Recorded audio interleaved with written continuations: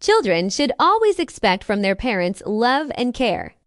But what if the parents are toxic? How would you feel if I told you that in 2008, more than 50,000 were officially counted as victims of emotional abuse? Whether hurtful words are intended to cause pain or not, they can leave marks and memories from the short term to a lifetime. Hurtful remarks can come from loved ones such as parents. The psychological and emotional damage can be detrimental to a lot of people, especially their children.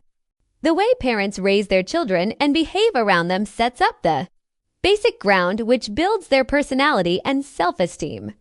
So, how do you know if a parent or caretaker is toxic? Here are 8 things toxic parents say that can affect a child's life. Offensive words towards their appearance, such as, "You're ugly," to "fat," to "short," to "skinny," or "You have ugly hair."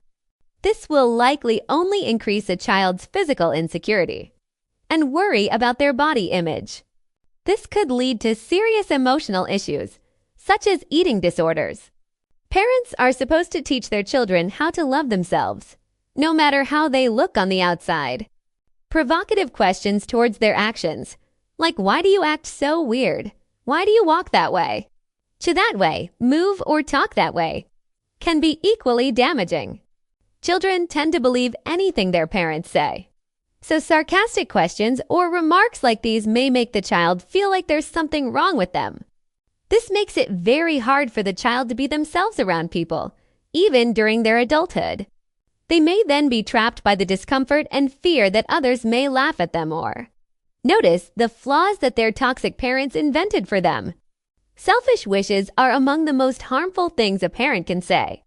Statements like "I wish you were never born," "I wish I had an abortion," "I regret having you," or "I wish you were a different child" should never be said to a child.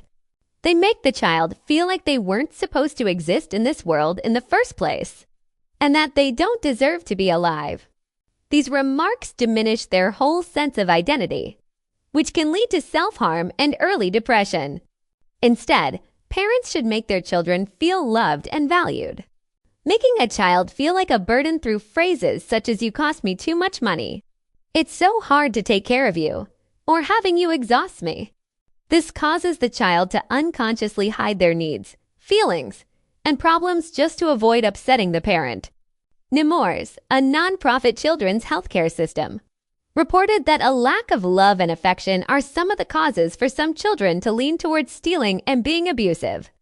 Unhealthy comparisons like "Why aren't you like your sibling, cousin, or the other kids?"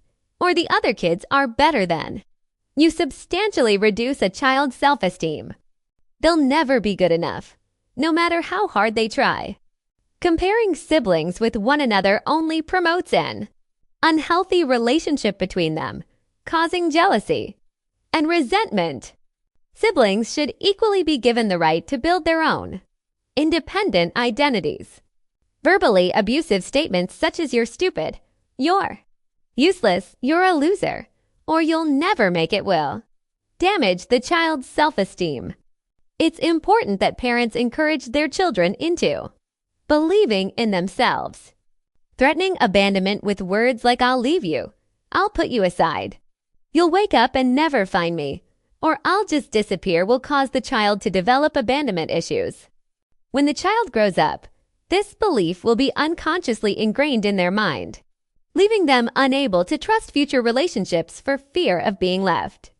Finally, empty promises, such as "If you do this, I'll buy you," that or "I'll take you there next time," when they never follow through, break the child's trust. Making fake promises is an excellent way to teach a child how not to trust others in life.